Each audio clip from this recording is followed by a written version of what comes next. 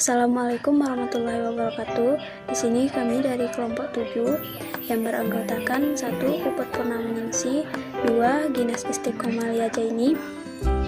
Kami akan membahas tentang zakat hasil pertanian dan zakat hasil produksi hewani. 1. Zakat pertanian buah-buahan dan biji-bijian.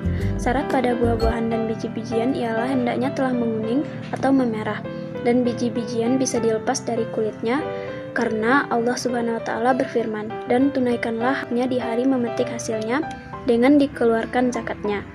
Quran Surah Al-An'am ayat 141. Nasab buah-buahan dan biji-bijian adalah 5 wasak, dan 1 wasak adalah 50 sa, dan 1 sa ialah 4 mud. 1 mud kira-kira 4 ons. Karena Rasulullah bersabda, tidak ada zakat pada harta kurang dari 5 wasak. Muttafaq alaih. Besar zakatnya jika diairi tanpa alat, misalnya dengan air di akar-akarnya, atau dengan air mata air dan sungai, ialah 1/10.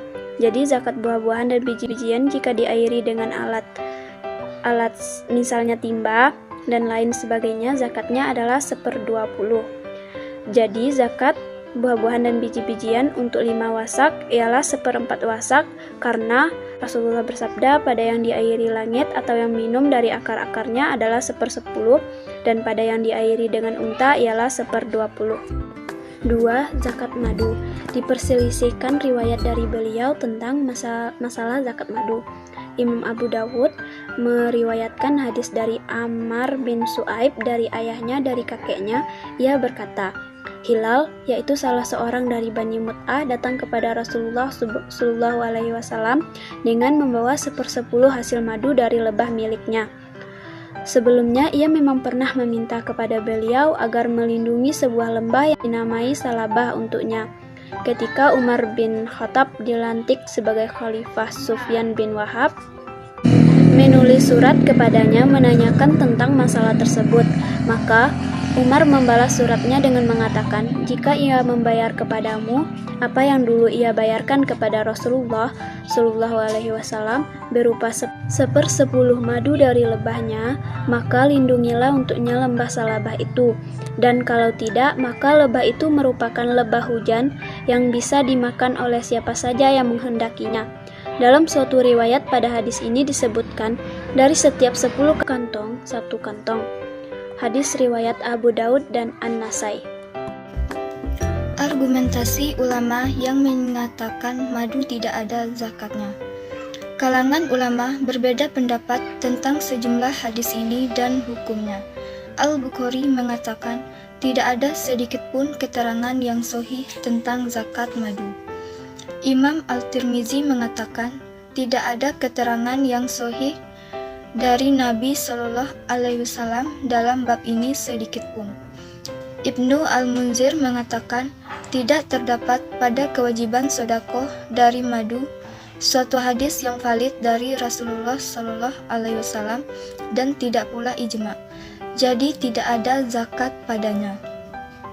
Imam As-Syafi'i menyatakan hadis yang menyebutkan pada madu ada kewajiban 1/10 adalah dhaif, dan pada keterangan yang tidak boleh diambil darinya 1/10 juga dhaif, kecuali dari Umar bin Abdul Aziz.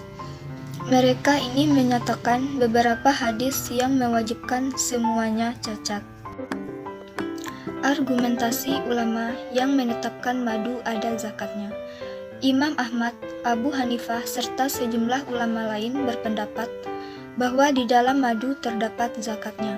Mereka memandang bahwa beberapa atsar yang ada saling menguatkan satu sama lain. Memang beragam sumbernya dan bermacam-macam jalurnya. Namun, riwayat yang mursal dikuatkan dengan riwayat yang musnad, atau ada sanadnya lengkap. Abu Hatim Ar-Razi pernah ditanya tentang Abdullah, ayah Munir dari Sa'ad bin Abu Zuhab.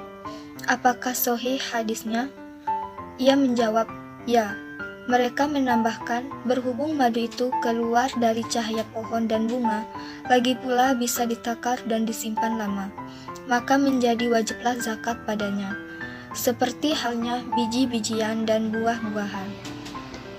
Mereka mengatakan Beban biaya dalam mengambilnya di bawah beban biaya pada tanaman dan buah-buahan. Orang-orang yang mewajibkan adanya zakat pada madu berbeda pendapat apakah ada atau tidak. Tentang hal ini ada dua pendapat. Pertama, zakat madu wajib, baik pada jumlah madu yang banyak atau yang sedikit. Ini merupakan pendapat dari Abu Hanifah. Kedua, zakat pada madu mempunyai nisab tertentu. Kemudian diperselisihkan tentang kadarnya. Abu Yusuf berkata, ukuran minimumnya 10 kati.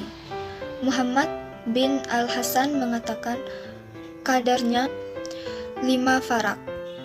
Sedangkan 1 farak itu sama dengan 36 kali di Irak. Imam Ahmad mengatakan nisabnya 10 farak. Kemudian kawan-kawannya berbeda pendapat tentang farak dalam 3 versi. Pertama, ukurannya 60 kati. Kedua, 36 kati. Ketiga, 16 kati. Perkataan yang terakhir ini adalah pendapat zahir dari Imam Ahmad. Al-zakat mustakhalat, harta yang dimiliki untuk diambil untuk mendapatkan pemasukan.